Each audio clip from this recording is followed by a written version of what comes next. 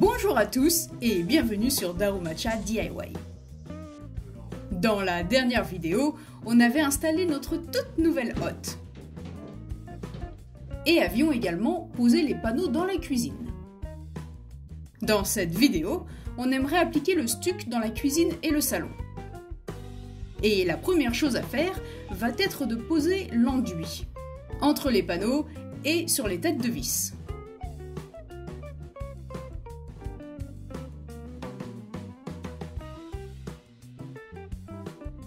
Ouais, ça fait un sacré paquet de placo-plâtre, ça. Et de vis aussi, en fait.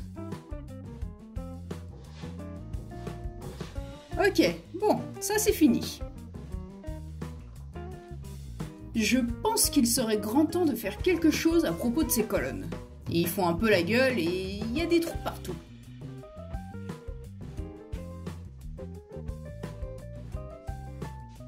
Mais avant tout, retirons cette peinture blanche. Ouais, tu pourrais protéger un petit peu plus quand même, hein. Ceci est un genre de solvant qui va retirer la peinture. Et ça vous dit un petit shot de vodka?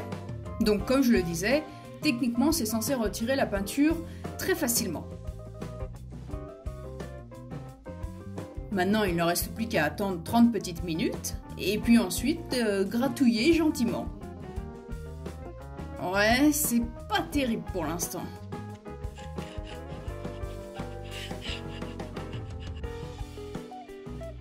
Ah ouais, c'est beaucoup mieux là. Pour tout vous dire, ça ne s'enlève pas aussi facilement. Besoin d'aide? Je suis là. Je pense qu'on va devoir appliquer le solvant plusieurs fois. D'ailleurs, je pense qu'on devrait rénover ces colonnes plus tôt le soir. Comme c'est un travail silencieux, ça ne dérangera personne. Et durant la journée, on va pouvoir focaliser notre attention sur autre chose. Comme construire un mur ici, par exemple. On va donc fermer le salon et on ne verra plus la pièce poubelle que l'on peut apercevoir en arrière-plan. Bon allez, c'est parti là, hein. Donc je pense qu'on devrait faire un truc comme ça, et ça fait ça, et un truc comme ça. Allez, on va chercher le matos. Bon, moi je coupe, et toi tu visses. On va commencer par faire un cadre, comme ceci.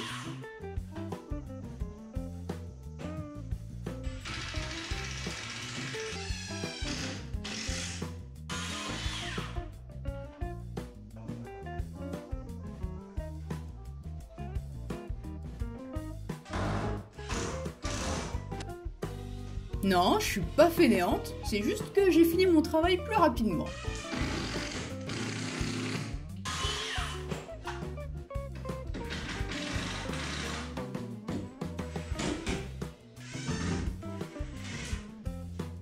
Un petit peu de gymnastique, ça fait toujours du bien.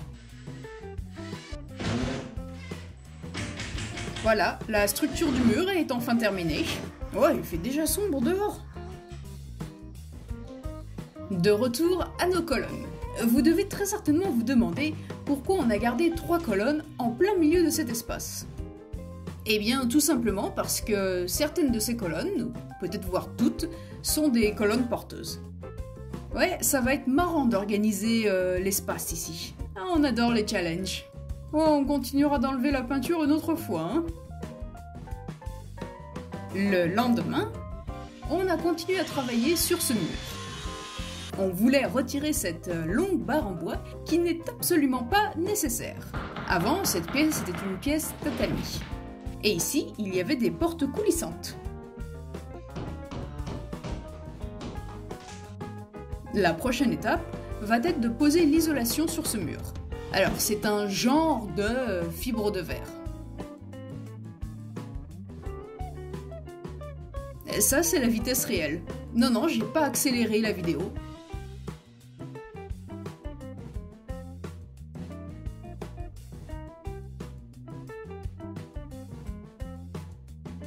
Pour attacher cette isolation, on va tout simplement l'agrafer. Des petites flèches vertes ont été imprimées sur ce support pour nous indiquer l'emplacement où l'on doit agrafer. Ce type d'isolation est parfait pour les murs, car ça permet une meilleure insonorisation. Comparé à l'isolation bleue qu'on a l'habitude de poser, qui est plus adaptée pour le sol. Ah, super! Maintenant, posons le placo-plâtre.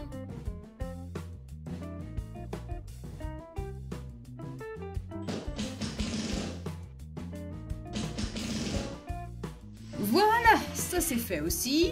On doit également poser des placo-plâtres à la partie haute de ce mur, après y avoir créé une structure, afin que le mur en entier soit bien droit.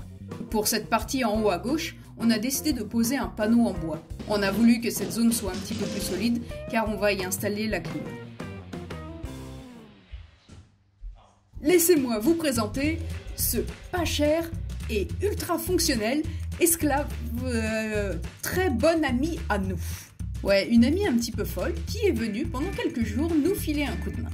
Ah, c'est super pratique d'avoir des gens qui viennent nous aider. Durant la journée qui a suivi, nous avons préparé le terrain pour la pose du stuc. Il a fallu bien sûr nettoyer, poser des revêtements, l'enduit sur les murs, etc., etc.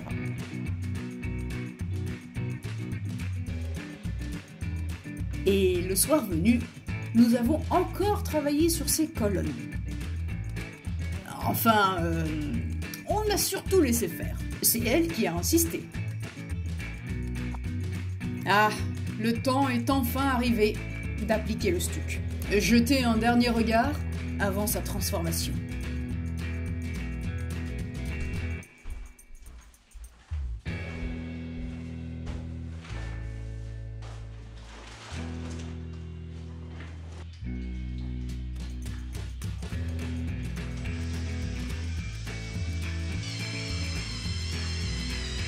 J'aimerais bien faire un dessin, une inspiration.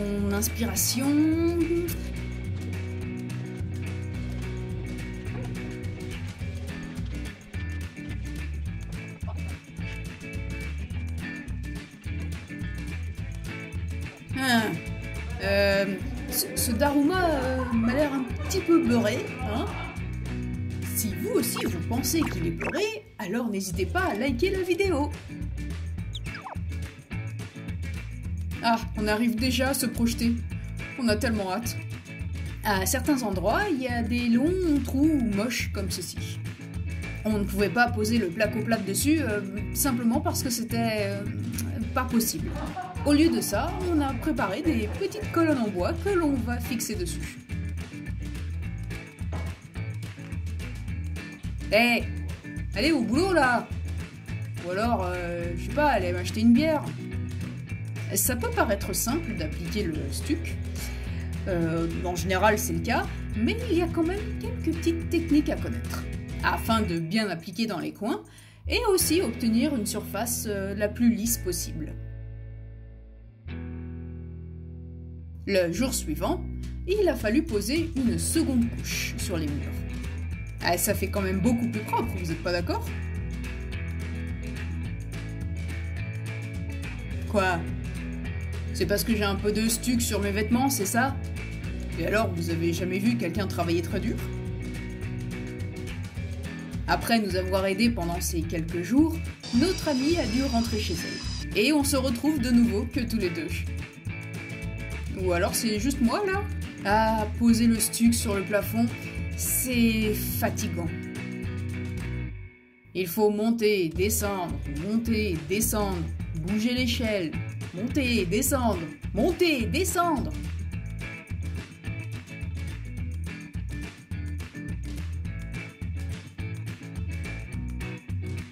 Et puis des fois, on a envie d'essayer de nouvelles techniques pour appliquer le stuc, hein.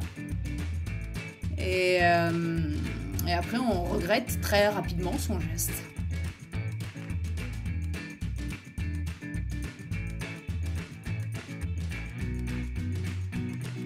Ouais, super!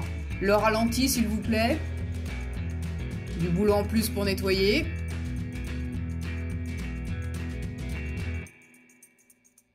Il y a également 2 autres colonnes dans la cuisine à rénover. Le mur de cette cuisine est un petit peu particulier. Je me demande quel sera l'effet une fois que l'on aura appliqué le stuc dessus.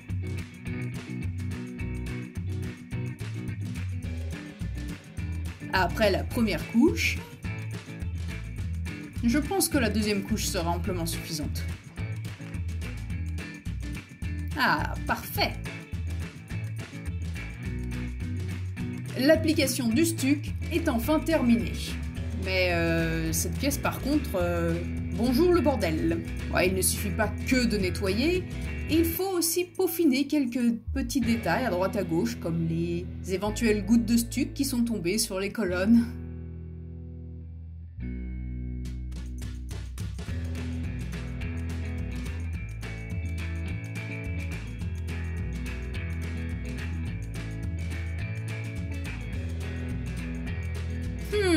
Après ma petite inspection, tout me semble bien. Ah, je suis crevée, moi. Je pense qu'on a pas mal progressé ces derniers jours. C'est bon, on peut se reposer maintenant? Tiens, elle est où ma bière, en fait? Dans un prochain épisode... Ah, on fait encore des trous! On visse l'évier, l'installation de la clim, encore ces foutues colonnes. Enfin, vous en saurez plus la semaine prochaine. En attendant, prenez soin de vous.